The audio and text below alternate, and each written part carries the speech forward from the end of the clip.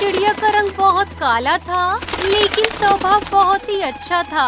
वो पढ़ी लिखी तो थी ही और घर के सारे कामकाज भी जानती थी। माँ, तुम नाश्ता बना लो, मैं घोंसले की साफ सफाई कर देती हूँ। और हाँ, तुम बर्तन मत धोना, मैं सफाई करके सारे बर्तन धो दूंगी। टुनटुनी बेटी, तुझे जंगल में जाकर लकड़ी भी काटनी है। अगर तू घर के काम करती रहेगी तो जंगल जाने के लिए देर हो जाएगी। तब तक आप लोग हमारी इस वीडियो को लाइक और अगर आपने हमारे चैनल को सब्सक्राइब नहीं किया है तो जल्दी से सब्सक्राइब कर लें और कमेंट सेक्शन में जरूर बताएं कि आपको हमारी कहानी कैसी लगी। अरे माँ, मैं झटपट काम कर दूंगी, तुम बस देखती जाओ और लकड़ी काटने भी सही समय पर पहुँच जाऊंगी। टुनटुनी चिड़िया के माता पिता की आर्थिक स्थिति बहुत अच्छी नहीं थी। ऐसे में टुनटुनी चिड़िया लकड़ी काट कर बेचती थी और उससे जो पैसे कमाती उससे वो अपने माता पिता के घर के खर्चों में मदद करती थी। एक दिन टुनटुनी की माँ टुनटुनी हर महीने घर खर्च के लिए हमें पैसे देती है। भगवान ऐसी बेटी सबको दे।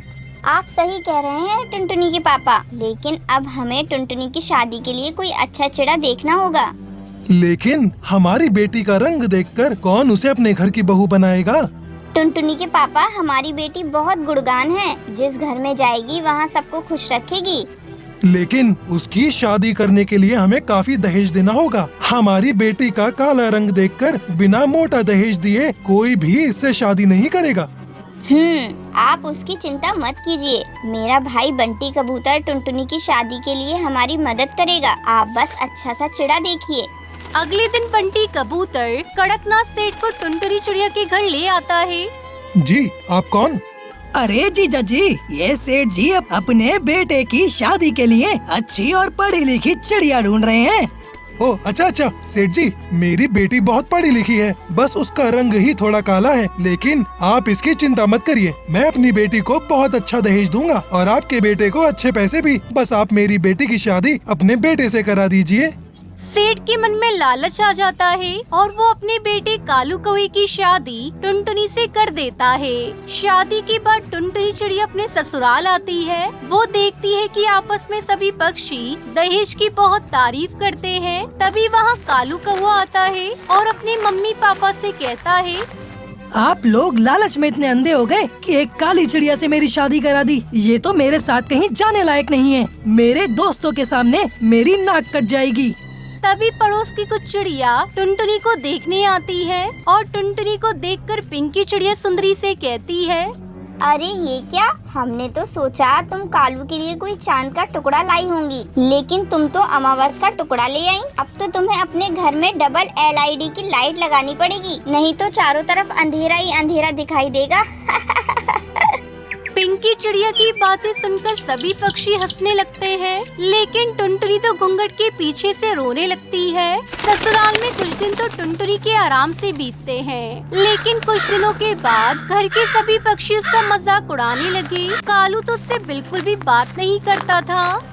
सुनिए जी, आप कब तक ऐसे पेड़ की डाल पर सोएंगे? आप भी बेड पर सो जाइए ना।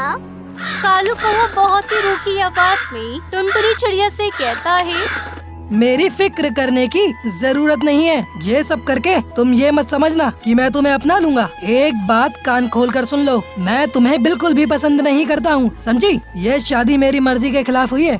कालू की कड़वी बातें सुनकर टुनटुनी की आंखों में आंसू आ जाते हैं। देखते ही देखते दिन बीत गए और शादी के 7 महीने बाद करवा चौथ का त्योहार आने वाला था।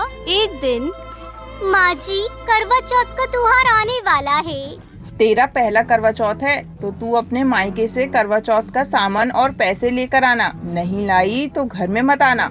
माँ जी, मेरे मम्मी पापा ने पहले ही मेरी शादी में दहेज देने के लिए बहुत कर्ज लिया था। अभी तक वो लोग पुराना कर्जा ही नहीं चुका पाए हैं। अब करवा चौथ पर कुछ भी देने के लिए उनके पास पैसे नहीं है। क्या कहा? पैसे नहीं है तो अपनी काली कलूटी बेटी हमारे पल्ले क्यों बांध दी? हमें हमारे कालू के लिए बहुत सी गोरी चिड़ियाएं मिल रही थी, लेकिन हमने तुझे अपने घर की बहू इसलिए बनाया कि तेरे माँ बाप हमें पैसे देते रहे। माँ जी, मेरे माता पिता आपको बार बार पैसे नहीं दे सकते हैं। अगर आपकी इजाजत हो तो मैं फिर से लकड़ी काटने का काम शुरू कर देती हूँ। उसके सारे पैसे आपके हाथ में रख दूंगी।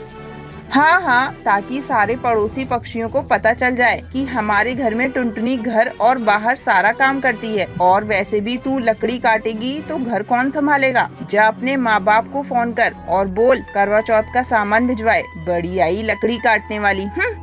टुनटुनी चिड़िया ना चाहते हुए भी अपनी माँ को फोन करती है और सारी बात बताती है। ठीक है टुनटुनी बेटी, मैं और तेरे पापा कुछ इंतजाम करते हैं।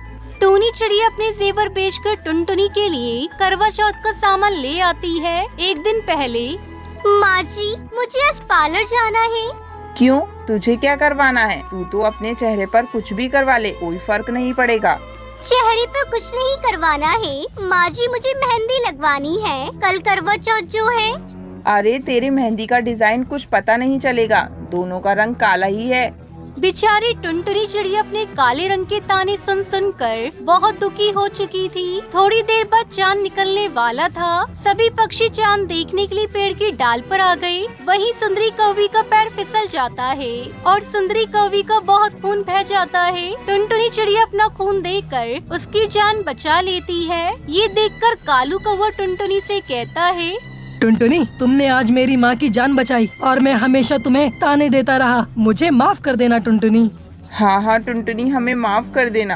आपने मुझे अपना लिया, यही काफी है मेरे लिए। आज मेरा करवा चौथ का व्रत पूरा हो गया। इस तरह टुनटुनी चिड़िया खुशी खुशी अपने परिवार के साथ रहने लगती है।